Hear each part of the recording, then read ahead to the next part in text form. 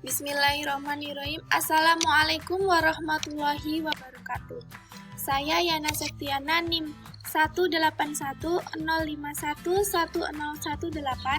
akan mempresentasikan tugas mata kuliah Lembaga Swadaya Masyarakat dengan judul Jenis-jenis Lembaga Swadaya Masyarakat LSM di Indonesia.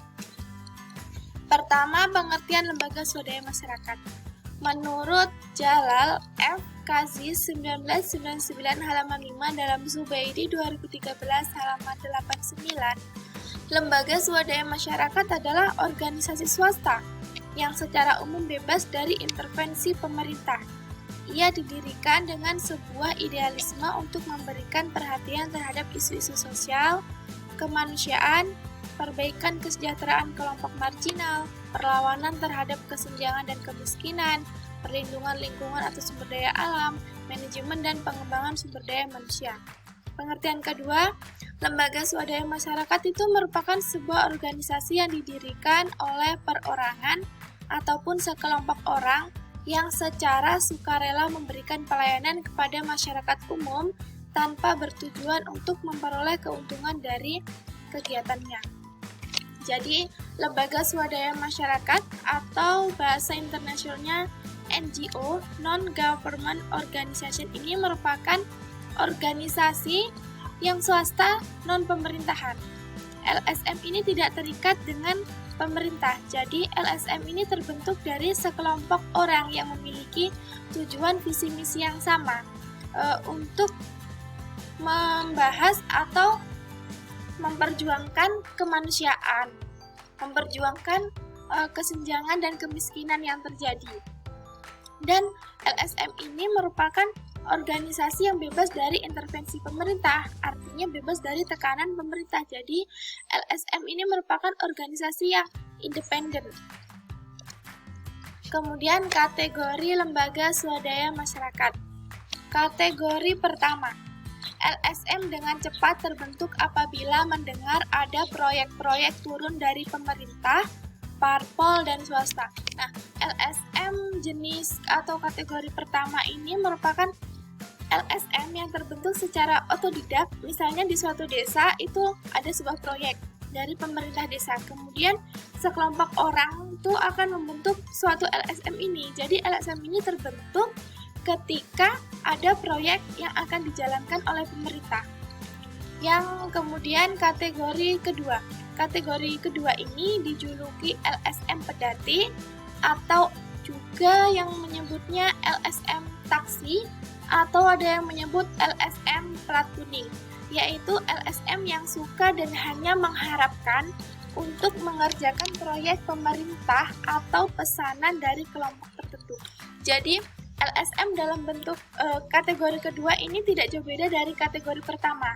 Bedanya kalau LSM kategori pertama, dia terbentuk saat ada proyek. Nah, kalau LSM kedua ini sudah memang terbentuk, tetapi LSM kedua ini hanya senang mengerjakan proyek-proyek pemerintah atau jika ada pesanan atau tender dari pemerintah atau kelompok tertentu begitu. Kemudian kategori yang ketiga ini dijuluki LSM sejati.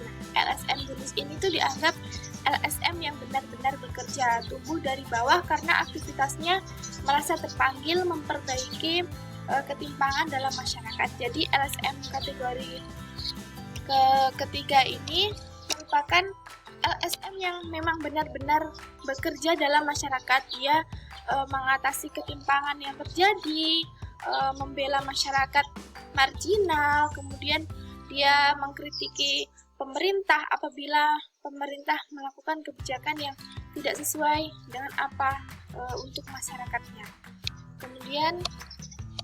Kemudian jenis-jenis lembaga swadaya masyarakat. Yang pertama itu ada organisasi donor, yaitu LSM yang memberikan dukungan biaya bagi kegiatan LSM lain. Jadi jenis yang pertama ini LSM yang mendonorkan atau mendonasi atau memberi dukungan biaya maupun dukungan lain kepada LSM lain untuk bekerja. Kemudian jenis kedua yaitu organisasi mitra pemerintah. yaitu LSM yang bermitra dengan pemerintahan dalam menjalankan kegiatannya. Jadi, jenis kedua ini merupakan LSM yang bekerjasama dengan pemerintahan. Contohnya, jika ada proyek, nah LSM ini kan bekerja dengan pemerintah yang mengadakan proyek tersebut. Yang ketiga, organisasi profesional, yaitu LSM yang melakukan kegiatan berdasarkan kemampuan profesional. Kemampuan profesional yaitu seperti profesi yang dimiliki. Profesi yang sama, dia membentuk organisasi, satu organisasi yang sama. Nah, contohnya LSM di bidang pendidikan, ini ada PGRI. Kemudian bantuan hukum, ini ada YLBHI. Kemudian di jurnalisme, kemudian kesehatan ini ada ID, dan pengembangan ekonomi. Yang keempat, organisasi oposisi, yaitu LSM yang melakukan kegiatan dengan memilih untuk menjadi penyeimbang dari kebijakan pemerintah. LSM ini bertindak melakukan kritik dan pengawasan terhadap keberlangsungan kegiatan pemerintah.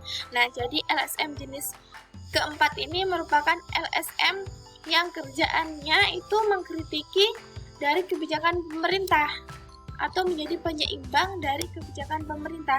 Jadi LSM ini menjadi atau sarana aspirasi pengawas dari masyarakat untuk mengkritiki maupun mengawasi kebijakan pemerintah. Kemudian contoh lembaga swadaya masyarakat yang ada di Indonesia, ini beberapa contoh saja yang saya ambil. Ada 4. Yang pertama, Yayasan Lembaga Bantuan Hukum Indonesia atau YLBHI. Nah, YLBHI ini merupakan tadi contoh organisasi jenis LSM yang kategori ketiga, yaitu organisasi profesional. Nah, ini keprofesian dari biasanya YLBHI ini dari profesi hukum. Nah, yakni LSM yang memberikan bantuan hukum bagi masyarakat yang membutuhkan.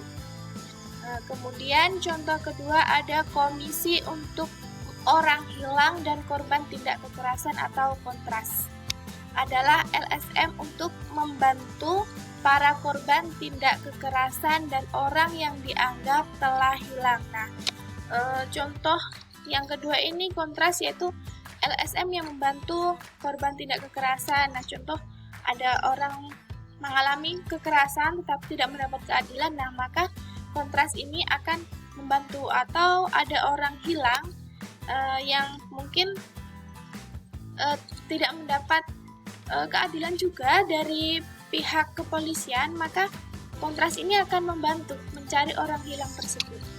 Kemudian yang ketiga, Lembaga Studi dan Advokasi Masyarakat atau LSAM merupakan LSM yang bertujuan untuk memberikan bantuan advokasi maupun studi terkaitnya atau studi terkait advokasi kepada masyarakat yang membutuhkan. Nah, kalau LSAM ini bertujuan memberikan bantuan advokasi atau pembelaan. Ini hampir sama dengan YLBHI.